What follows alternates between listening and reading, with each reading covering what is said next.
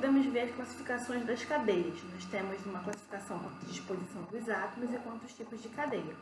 Vale ressaltar que a gente está falando aqui sobre cadeias abertas, cadeias acíclicas.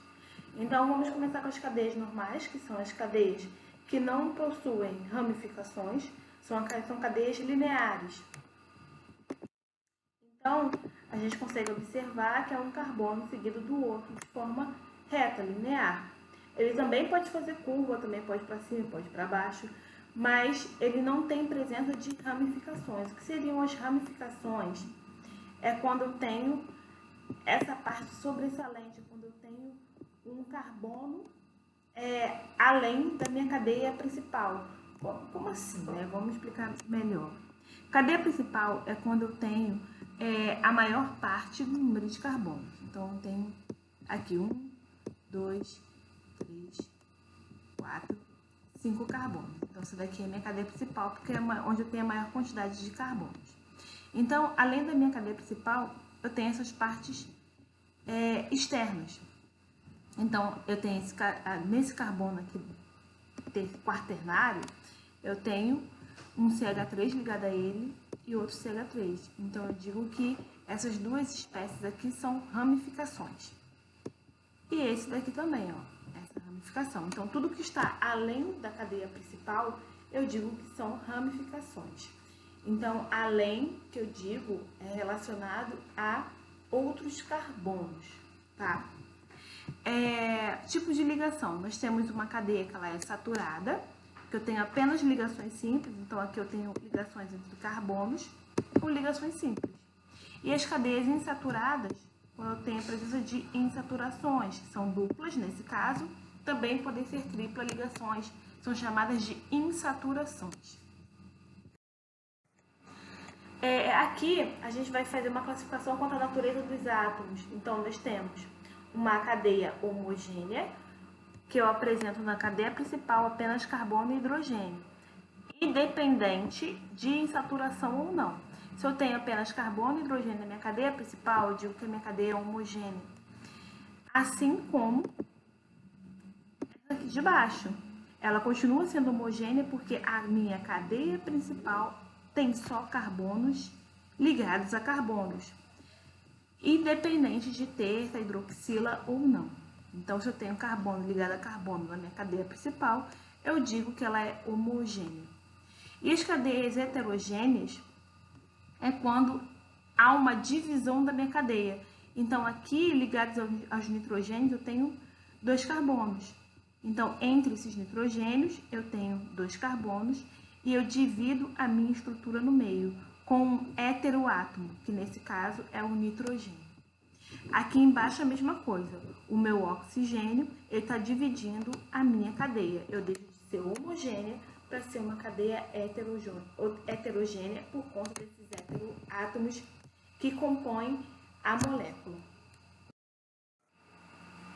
Nas cadeias fechadas, nós temos algumas denominações.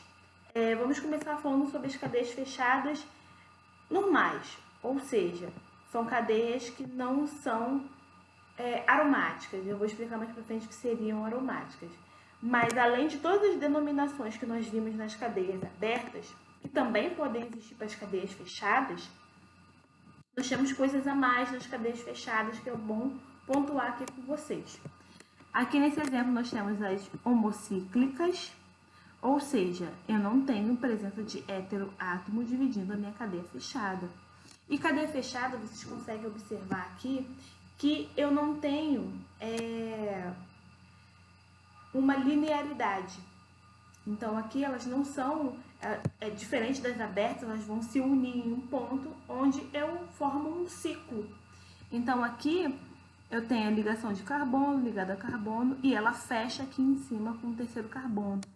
Então, eu formo uma cadeia fechada dessa forma. E tem um outro exemplo aqui embaixo. Já as heterocíclicas é semelhante às homogêneas, às heterogêneas. Eu tenho a divisão da minha cadeia por um heteroátomo. Nesse segundo exemplo também eu tenho um nitrogênio aqui fechando a minha cadeia. E eu tenho aqui um oxigênio compondo a minha cadeia fechada.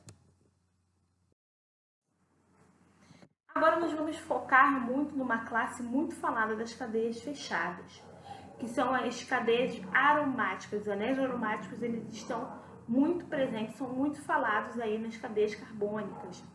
E nós podemos observar que eles têm 3 formas de representação.